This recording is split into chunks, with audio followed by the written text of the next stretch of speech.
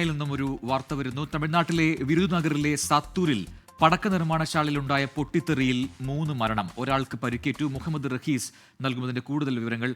റഹീസ്, വിരുദുനഗറിലാണ് ഈ പടക്ക നിർമ്മാണശാലയിൽ ഈ പൊട്ടിത്തെറി ഉണ്ടായത്. എന്താണ് സംഭവിച്ചതെന്ന് മനസ്സിലായിട്ടുണ്ടോ?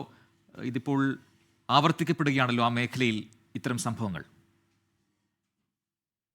സജിൻ, ഇന്ന് 11:30 ഈ വിരുദുനഗറിലെ സാത്തൂരിൽ ഇത്തരത്തിൽ ഒരു പടക്ക നിർമ്മാണശാലയിൽ പൊട്ടിത്തെറി ഉണ്ടാകുന്നത്. ഇതൊരു സ്വകാര്യ വ്യക്തിയുടെ പടക്ക നിർമ്മാണശാലയാണ്.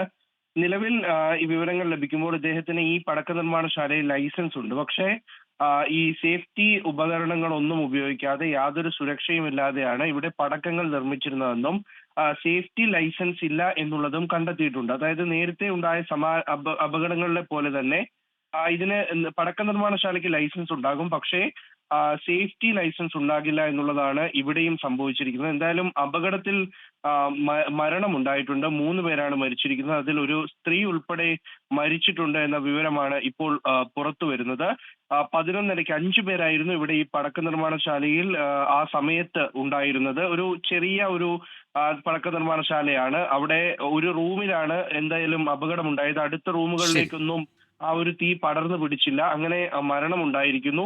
ഏറ്റവും ശ്രദ്ധിക്കേണ്ടത്, കഴിഞ്ഞ 1 മാസത്തിനിടെ 16 പേരാണ് വിരുദുനഗറിൽ ഇത്തരത്തിൽ പടക്ക നിർമ്മാണശാലയിൽ തീപിടുത്തമുണ്ടായി മരിച്ചിരിക്കുന്നത്. സർക്കാർ 4 ലക്ഷം രൂപയുടെ ധനസഹായം മരിച്ചവരുടെ കുടുംബങ്ങൾക്ക് പ്രഖ്യാപിച്ചിട്ടുണ്ട്. പ്രജിൽ, ഇത്തരം സംഭവങ്ങൾ ആവർത്തിക്കപ്പെടുമ്പോഴും ഇപ്പോൾ റഹീസ് പറഞ്ഞതുപോലെ 14 മരണങ്ങൾ, അതും ഒരു ചെറിയ കാലയളവിൽ ഉണ്ടായിട്ടുണ്ടെങ്കിൽ അതിൽ എന്തുകൊണ്ടാണ് കൃത്യമായ ഇടപെടൽ ഉണ്ടാകാത്തത്? ഒരു നിയന്ത്രണം എന്തുകൊണ്ട് സർക്കാർ തലത്തിൽ ഉണ്ടാക്കുന്നില്ല എന്ന ചോദ്യവും ഉയരുകയാണ്.